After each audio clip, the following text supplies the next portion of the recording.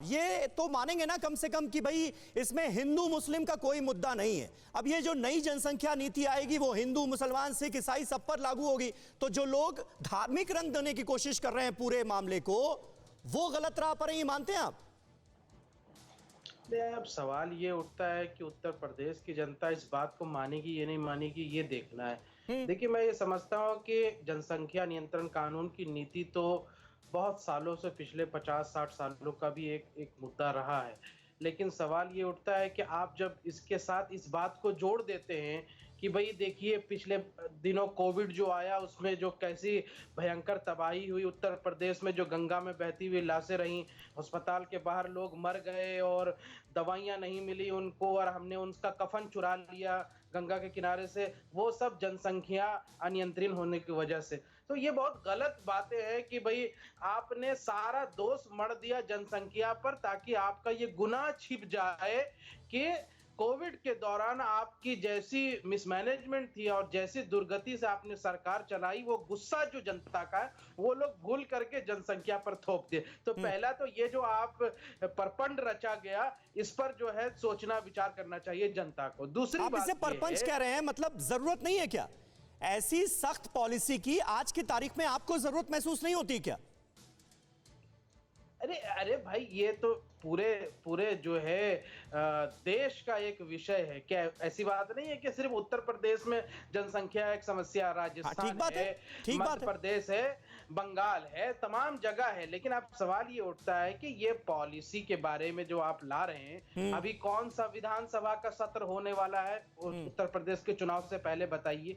दूसरी बात तो ये विधानसभा में ही पारित होना है। अभी आपको स्पेशल विधानसभा का सत्र ला करके आप इसको पारित कर सकते हैं क्या? दूसरी बात यह है कि आप ऑर्डिनेंस अगर लाना चाहते हैं तो आप लाइए। आप जो इसको एक माहौल बना रहे हैं, अब सवाल ये उठता है कि इस मसौदे में आपने विश्व हिंदू परिषद से विनोद बंसल साहब हमारे साथ मौजूद हैं। विनोद बंसल साहब, माहौल बनाने की कोशिश भी है क्या? इसीलिए जो सियासी प्रहार हैं वो भी देखिए शुरू हो गए। ऑपोजिशन कह रहा है कि नीयत में कहीं ना कहीं खोट है, माहौल बनाने की कोशिश ज्यादा कर रहे हैं। मुझे बड़ा ताज्जुब होता है एक्चुअली, राजीव जी और आपके जमई साहब जो ने जो बातें कही जी, वो ऐसी हो रही है जैसे सांप सचूंदर की तरह हो रहा है मामला कि भाई मतलब खाते हुए भी नहीं बन रहा और निगलते हुए भी नहीं बन रहा। जनसंख्या पॉलिसी आनी चाहिए, जनसंख्या पर नियंत्रण होना चाहिए, इस बात को कहते कहते हो दबी जुबान में ये भी कह रहे हैं कि नहीं भी होना चाहिए, अब नहीं होना चाहिए, तब नहीं होना चाहिए, ऐसे नहीं होना चाहिए, वैसे नहीं होना चाहिए। अब मुझे बताइए आखिरकार इफ्स एंड बट्स का क्या मतलब है? दूसरी बात, जनसंख्या नियंत्रण के बारे में बोलने के बजाय बाकी सब चीजों पर बोलते हैं, लेकिन इस पर नहीं बोलेंगे। ये कहें कि भाई प्रधानमंत्री मोदी पूरे राष्ट्रव्यापी जनसंख्या नीति लाएं, हाँ। और हम चाहते हैं कि जनसंख्या पर पूरी तरह से एक कंट्रोल और नियोजन होना चाहिए। आखिरकार क्यों किसी को तकलीफ हो रही है? और मुझे बताइए, जो कांग्रेस के नेता हैं वो आखिरकार बार बार इस तरह के छुछले बयान क्यों देते हैं अवैध संतानों की? मुझे बताइए कि आखिरकार ये लोग जो हैं, जो हमेशा से अवैध काम करने में बिजी रहे हैं, और हमेशा से इनको क्या पता नहीं था, इनका शासनकाल जब था समाजवादी पार्टी का, तब क्या जनसंख्या का असंतुलन और जनसंख्या की वृद्धि नहीं हो रही थी क्या? जनसंख्या उस समय समस्या नहीं थी क्या? ये कानून नहीं ला सकते थे क्या? और मैं कहता हूँ अभी तो योगी जी ने अपने कार्यकाल में ही कानून लाया, कोई कार्यकाल खत्म थोड़ी हो गया भैया।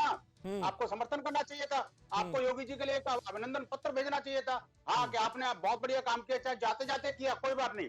हाँ। अभी आपका कार्यकाल समाप्त नहीं हुआ है, लेकिन कम से कम आपने जो है ना एक बहुत बड़ा अभिनंदन काम किया है। हाँ। उसको कहने की बजाय ये उसके अंदर नुक्ताचीनी कर रहे हैं। मुझे लगता है कि अब समय आ गया, जनता, उत्तर प्रदेश की जनता अच्छी तरह जानती है।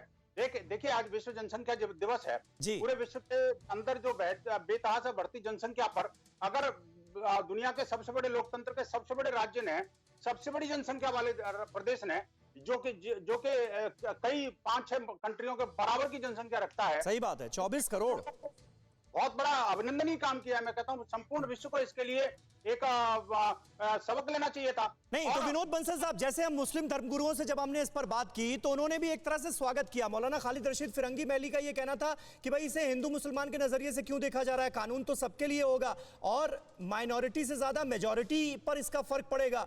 तो आप ये मानते हैं कि पूरे देश के लिए सख्त जनसंख्या नीति बनाने का वक्त आ गया है और ये सिर्फ यूपी तक सीमित नहीं रहना चाहिए, पूरे देश में होना चाहिए? बिल्कुल आप बिल्कुल ठीक कह रहे हैं। देखिए, विश्व हिंदू परिषद ने दशकों पूर्व हमारे केंद्रीय प्रधानमंत्री मंडल की बैठक में पूर्ण प्रस्ताव पारित हुआ था कि भारत के पास एक जनसंख्या नीति होनी चाहिए। हाँ। भारत भी एक संख्या को नियंत्रण करने के लिए, नियोजन करने के लिए प्रॉपर एक तरीका होना चाहिए। आज तक के पिछले 7 दशकों में ये जो सरकारें आई, वो सरकारें रोती रोती चली गई। लेकिन उन्होंने कोई एक काम नहीं किया। मुझे लगता है ठोस कदम माननीय ये योगी जी की और मोदी जी की सरकार से अपेक्षित है। ठीक है, पूरी जनता टक्कर के लगाए देख रही है। दीपक झा साहब, दीपक झा आप आ जाइए जरा चर्चा में और बताइए कि इससे पहले ये जरूरत क्यों महसूस नहीं हुई। अब अगर ये किया जा रहा है और सख्त जनसंख्या नीति लाने की कोशिश की जा रही है, तो उसमें नुक्ताचीनी क्यों की जा रही है? देखिए समीर भाई, कोई नुक्ताचीनी नहीं कर रहा है। इसको राज्यव्यापी समस्या नहीं है, ये देशव्यापी समस्या है। जो संयुक्त राष्ट्र का कहना है कि 2030 तक हमारी जनसंख्या 1.5 बिलियन हो जाएगी, जिसमें कि हम चाइना को पीछे छोड़ देंगे। तो इस सोचने की और समझने की बात है। इसको राजनीतिक जामा ना पहनाए, इसको धार्मिक जामा ना पहनाए, इसको राष्ट्रव्यापी समस्या समझ के संसद भवन में चर्चा होना चाहिए और नरेंद्र मोदी जी को इस पे ठोस कदम उठाना चाहिए। योगी के कदम उठाने से क्या होगा, उत्तर प्रदेश के फिर लोग पलायन करना शुरू करेंगे, मध्य प्रदेश में जाएंगे, राजस्थान में जाएंगे, छत्तीसगढ़ में जाएंगे, अन्य राज्यों में जाएंगे जहां ऐसे कानून नहीं होंगे। तो जिसको बच्चा पैदा करना है वो कहीं भी जाके कर लेगा, लेकिन आपको इसके मूल पे आना पड़ेगा। देशव्यापी समस्या को खत्म करने के लिए संसद भवन में सोचना पड़ेगा। और रही बात इसकी, दूसरी बात जो भाजपा लोग इसमें क्या करते हैं, आपको पहले नहीं पता था जब आप संसद भवन में प्रधानमंत्री बनने आए थे, आप वोट मांगने जा रहे थे, तब आप 130 करोड़ की आबादी को बोल के सीना ठोक के कहते थे हमें गर्व है अपने देश पे, अपनी आबादी पे। अरे भाई गर्व तो होगा ही। 130 करोड़ की आबादी अगर देश की है तो देशवासियों पर, देश पर गर्व करना, इसमें क्या दिक्कत है दीपक झा? लेकिन सवाल यह है कि क्योंकि मैं आपको बता दूं कि विधि आयोग ने ये कोई पहली बार सिफारिश नहीं की है। न जाने कितने विधि आयोगों ने देश में इससे पहले भी जनसंख्या नियंत्रण पर जोर दिया है, लेकिन इससे पहले की सरकारों ने कुछ किया ही नहीं। मैं आपको बता रहा हूं, 15 बार कांग्रेस के लोगों ने भी प्रयास किया है कि जनसंख्या नियंत्रण कानून लाया जाए, लेकिन दुर्भाग्य है इस देश के लोगों का कि अभी तक एक कानून नहीं बन पाया। क्यों नहीं बन पाया? की राजनीति नहीं, क्यों नहीं बन पाया? यही तो मैं आपसे जानना चाह रहा हूं। लेकिन ये दुर्भाग्य क्यों रहा देश का? इसका दुर्भाग्य का कारण यह है कि देश में एकता होनी चाहिए, देश की जनता में सहमति होनी चाहिए। कोई भी सरकार जो होती है वो जनता के लिए, जनता के हित से कानून बनाती है, ना कि उनके ऊपर डंडा चला के कानून बनाती है। ये बात भी आपको समझना पड़ेगा। अच्छा, तो ये डंडा चला के कानून बनाया जा रहा है? सुनिए, मतलब ऐसे सख्ती करने की जरूरत नहीं है आपको नहीं लगता? ये तो आपको वैसी बात हो गई ना कि आपको गर्मी लग रही है, आपने एसी चला दिया तो सरकार कहती है नहीं जी एसी मत चलाओ, हम बिजली नहीं दे सकते। ये तो आपकी नाकामी हो गई ना। अरे तो आपको कानून बनाना पड़ेगा, जनता को उसमें लेके, विश्वास में लेके आप कानून बनाइए, कौन विरोध करता है। लेकिन जब आप इसको चुनाव के वक्त, चलिए, जनता को विश्वास में लेकर कानून बनाना पड़ेगा राकेश त्रिपाठी जी, डंडे का डर दिखाकर नहीं। अड़ी सोमवार से शुक्रवार शाम 6 बजे सिर्फ TV9 भारतवर्ष पर।